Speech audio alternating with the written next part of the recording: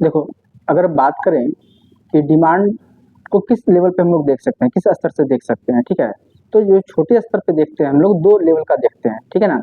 एक को कहते हैं इंडिविजुअल डिमांड, ठीक है। एक को हम लोग क्या कहेंगे, इंडिविजुअल डिमांड, और दूसरे को कहेंगे मार्केट डिमांड। ये दो लेवल है ना। चीजों को देखने और समझने का दो स्तर है। एक और स्तर होता है जो आगे हम लोग पढ़ेंगे, एग्रीगेट डिमांड के नाम से, लेकिन अभी फिलहाल उसकी चर्चा हम नहीं करेंगे। अभी फिलहाल हम लोग समझते हैं इंडिविजुअल डिमांड और मार्केट डिमांड क्या होता है, ठीक है।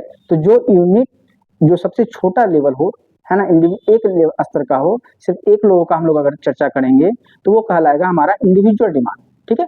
और जब हम ग्रुप ऑफ पर्संस की बात करेंगे, ग्रुप ऑफ मार्केट की बात करेंगे, तो वो हमारा कहलाएगा मार्केट डिमांड।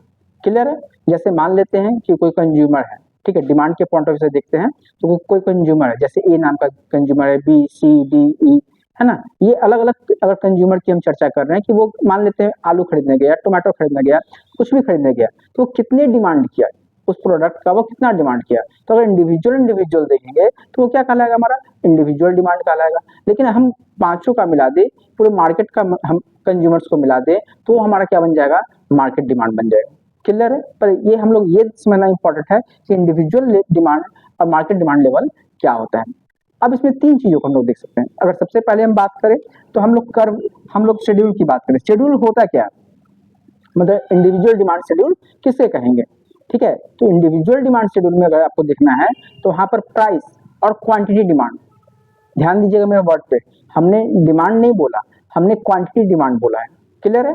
तो प्राइस और क्वांटिटी डिमांड के टेबुलर फॉर्म को, ठीक है, जो इन दोनों में हम जब रिलेशन रिप्रेजेंट करेंगे, किसके बीच में, तो प्राइस के बीच में उस कमोडिटी का, और उसी कमोडिटी का क्वांटिटी डिमांड, मतलब एक पार्टिकुलर प्राइस पर कितने क्वांटिटी का डिमांड किया गया, उसी को हम लोग क्वांटिटी डिमांडेड कहते हैं।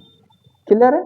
तो हम लोग उसको क्या कहेंगे, उन दोनों के बीच के रिलेशन को अगर टेबुलर फॉर्म में रिप्रेजेंट कर रहे हैं तो हम लोग उसको डिमांड, इंडिविजुअल डिमांड शेड्यूल करेंगे। अगर वही हम ग्रुप ऑफ पर्सन का देखेंगे तो हम लोग उसको क्या कहेंगे, मार्केट डिमांड शेड्यूल कर देंगे।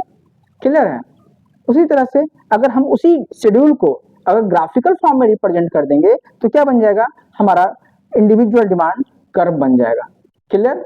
अगर हम बात करें इसी को ग्रुप ऑफ जो पर्सन थे उनकी, अगर हम एक जगह कर्व बना देंगे, ठीक है, जो मतलब मार्केट डिमांड का हमारा जो शेड्यूल बना उसका अगर हम कर्व बना देंगे तो हमारा क्या बन जाएगा, मार्केट डिमांड कर्व कहलाएगा।